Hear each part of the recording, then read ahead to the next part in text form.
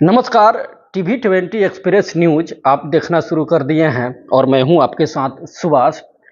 इस वक्त हमारे साथ सिवान के पूर्व सांसद 2 बार रह चुके ओम प्रकाश यादव जुड़ रहे हैं। कल बता दें कि सिवान के वीएम हाई स्कूल में दलित समाज सम्मेलन का आयोजन होने जा रहा है। इस पर इनसे हम चर्चा भी करेंगे कि दलित समाज के लिए बड़े बड़े जो लीडर हैं, जो नेता हैं, सोचते नहीं हैं, बीच में जाते नहीं हैं और इस तरह से सम्मेलन क्या कुछ संदेश रहेगा। ओम प्रकाश यादव जी, सबसे पहले तो टीवी 20 एक्सप्रेस न्यूज में आपका बहुत बहुत स्वागत है। आपको भी टीवी 20 न्यूज के दर्शकों को और आपके पूरे टीम को मेरे तरफ से धन्यवाद है। शुक्रिया। कल वीएम हाई स्कूल में भारतीय जनता पार्टी जो है कि कल आयोजन करने जा रही है दलित समाज सम्मेलन, कितना इफेक्ट रहेगा, कितना प्रभाव रहेगा? निश्चित रूप से काफ़ी प्रभावशाली सम्मेलन होगा और दलित समाज के लोग बढ़ चढ़ करके हिस्सा लेंगे। हमने कल भी अनुरोध किया है लोगों से मिल करके और हमने आग्रह किया है कि आइए इस सम्मेलन को सफल बनाया जाए।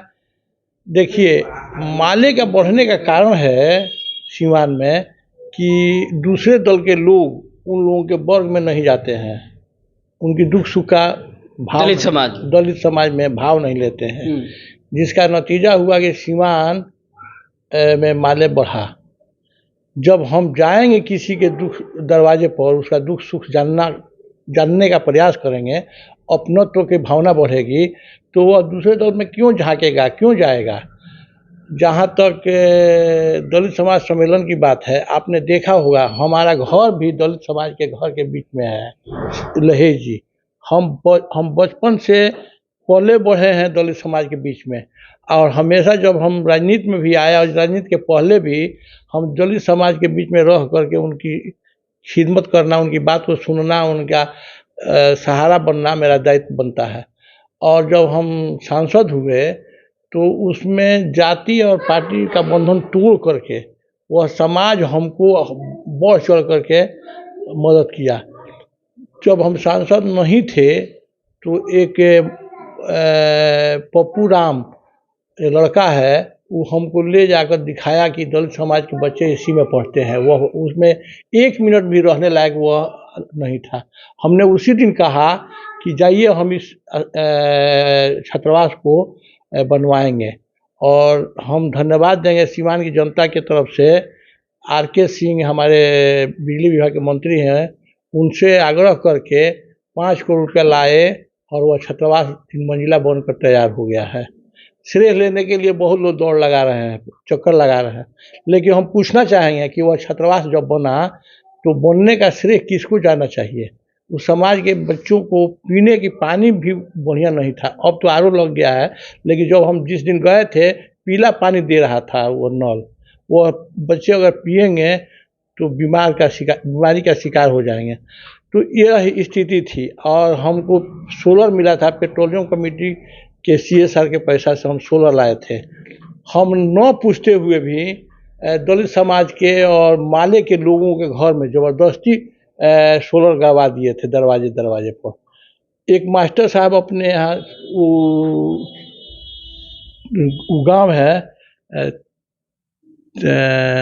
चलिए, दलित समाज जो है आज भी पिछड़ा हुआ है, बड़े बड़े लीडर भी हैं, उन लोगों के बीच भी जो नेता है नहीं जाते हैं, नहीं सोचते हैं और कल उन्हीं लोगों का सम्मेलन है। कितना इफेक्ट पड़ने वाला है कल का सम्मेलन? ना देखिए, बढ़िया बात है कि निश्चित रूप से आज तो सारे लोग हमारे बड़े शीर्ष नेतृत्व भी दलित समाज के यहाँ बैठ कर खाना खा रहे हैं और टीवी से फोटो खिंचवा करके मीडिया पर डाला जा रहा है। डॉक्टर भीमराव अंबेडकर ने एक बहुत बढ़िया बात की कि महिलाओं को, पुरुषों का, गरीब और अमीर का जाति पाति से ऊपर उठकर सबको वोट देने का अधिकार दिया संविधान में, जिसका नतीजा है कि हर वोट का कीमत बराबर है। दलित हो चाहे कोई आदमी हो, उसका वोट का कीमत है ना, उसके बीच में जाना ना होगा। उस दिन तो आप 5 साल के बाद जाइएगा ना, तो क्यों ना उसके पहले भी जाएं, उसका दुख सुख का। हमने जब पहली बार जीत कर गए दिल्ली तो मुझे लगा कि रहने और खाने की व्यवस्था कर दी जाए तो हार्ट का, किडनी का, लीवर का, कैंसर का जिसका इलाज सीमांत संभव नहीं है, ऐसे मरीज को हम ले जाते थे, अपने डेरे पर रखते थे और खिलाते थे। इलाज का व्यवस्था हमने किया था। और बहुत दलित समाज के बच्चे दवा के अभाव में मरने से बचे भी हैं। तो इस तरह का काम सबको करना चाहिए था, लेकिन कोई कर नहीं रहा है, वो दुर्भाग्य है। चलिए आगामी कुछ चर्चा करेंगे हम, चूंकि लोकसभा चुनाव में महज 3 से 4 मंथ का वक्त भी बच गया है। अभी लगातार अब लगे हुए हैं। पिछली बार देखा जाए 2019 की अगर हम बात कर ले तो आपके खाते में मतलब एनडीए के खाते में वो सीट चला गया था। इस बार क्या लग रहा है? क्योंकि इस बार की रणनीति कुछ अलग तरह से दिखाई दे रही है। पूर्व स्वास्थ्य मंत्री जो मंगल पांडे हैं वो भी लगातार अब दौरे पे दौरे कर रहे हैं। क्या लग रहा है इस बार? देखिए, हम लोग पार्टी से जुड़े हुए हैं और भारतीय जनता पार्टी राष्ट्रीय पार्टी है और दूसरी बात विश्व की सबसे बड़ी पार्टी है। पार्टी जो निर्णय लेगी उस निर्णय को मंगल बाबा भी मानेंगे, हम भी मानेंगे। निर्णय पार्टी को लेना है कि कौन यहाँ से जिताऊ उम्मीदवार होगा, कौन यहाँ से जीत कर जाएगा। फैसला तो पार्टी को लेना है, संसदीय बोर्ड तय करेगा कि कौन यहाँ से लड़ेगा और लड़ करके जीत कर आएगा। अगर पार्टी हमको टिकट देती है तो ठीक है, 100% हम जीत करके यह सीट एनडीए के झोली में नरेंद्र मोदी के चरणों में समर्पित करने का काम करेंगे।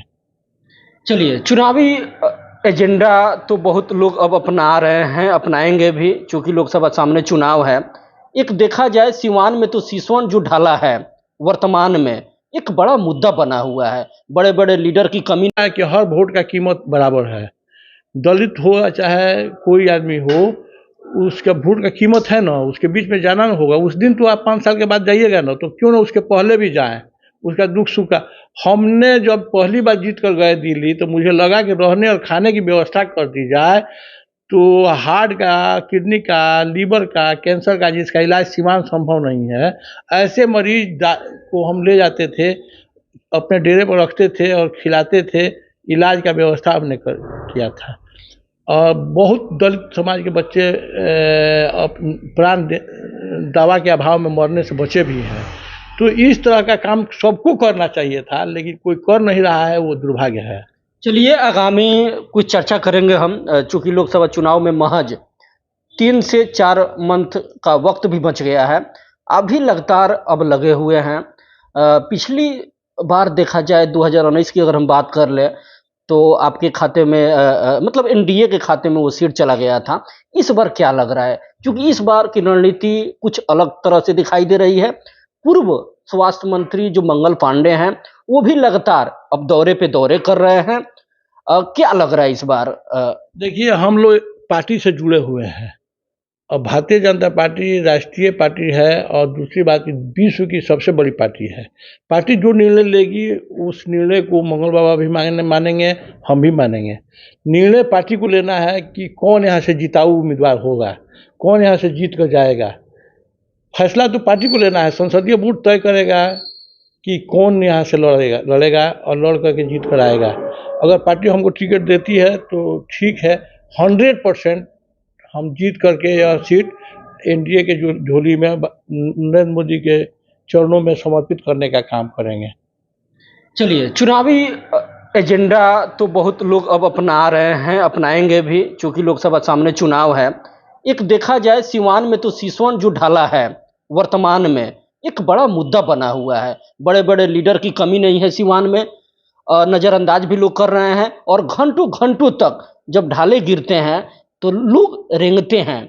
और कई दफ़ा ये भी देखा गया कि एम्बुलेंस घंटों घंटों तक फंसी रहती है और कितनी बार मरीज वहाँ भी दम भी तोड़ देते हैं। आखिर क्यों नहीं दिखाई देता है बड़े बड़े लीडरों को ये समस्या? आपने कहा अक्षरशः बात सही है।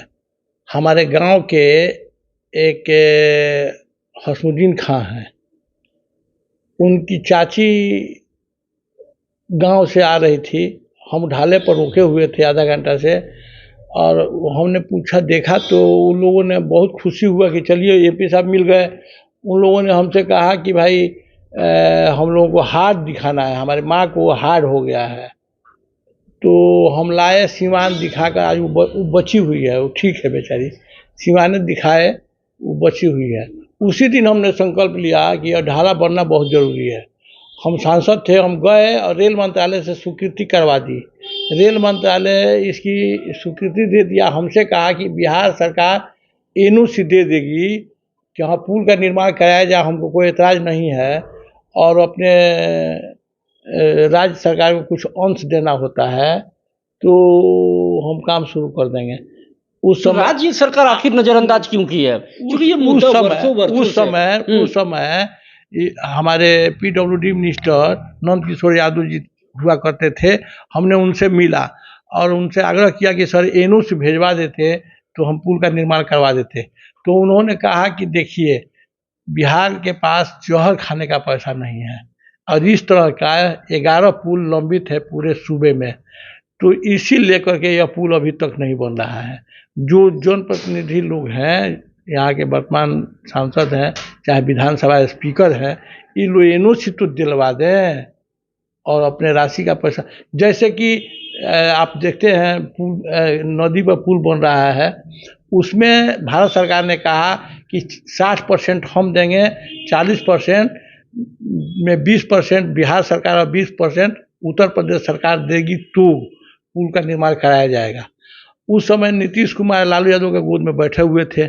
हम सीधे चले गए लखनऊ और योगी आदित्यनाथ बाबा से मिल करके कहा कि बाबा, हम आग्रह करने आए हैं कि हम नीतीश के पास नहीं जा सकते हैं, नीतीश देंगे भी नहीं, आप ही सरकार लीजिए और हमको लिख कर दे दीजिए कि हम 40% राशि देंगे। तो उन्होंने 2 पुल की स्वीकृति कराई, एक सिसवन में है और एक है दरौली में, और 40% राज्य सरकार का उसमें कोई योगदान नहीं है। उत्तर प्रदेश की सरकार दे रही है और 60% केंद्र सरकार दे रही है। चलिए, आप लोग तो अब फिर से मुद्दा अब बनाएंगे क्योंकि चुनाव है। क्या लग रहा है इस बार 24 में बनेगा या फिर इसी तरह नहीं, की जनता परेशान रहेगी? हम पहले कह दिए कि ये अब केंद्र की बात नहीं रह गई। कोई जीतेगा तो केंद्र में जाएगा। केंद्र की स्वीकृति ऑलरेडी मिल चुकी है। जब हम सांसद थे उसी समय स्वीकृति करा दिए थे। अब राज्य सरकार के खेमे में पाले में यह गेंद है। राज्य सरकार को निर्णय लेना है एनओसी देती है कि नहीं देती है। जैसे हमने मेडिकल कॉलेज की स्वीकृति कराई तो जगह का भी बताए थे कि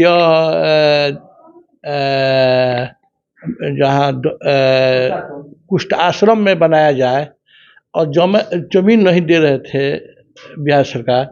हम चिंतित थे कि हो सकता है कि यह पैसा लौट जाए, लेकिन हम धन्यवाद देंगे नीतीश कुमार को कि चलिए गढ़ा ही सही, राज्य सरकार के किसी का जो फॉर्म था उसको दिए, आज टेंडर निकल चुका है, अब बन रहा है, तो राज्य सरकार को देना होता है। चलिए, बहरहाल ये थे हमारे साथ सिवान के 2 बार रह चुके पूर्व सांसद ओम प्रकाश यादव, जिनसे कल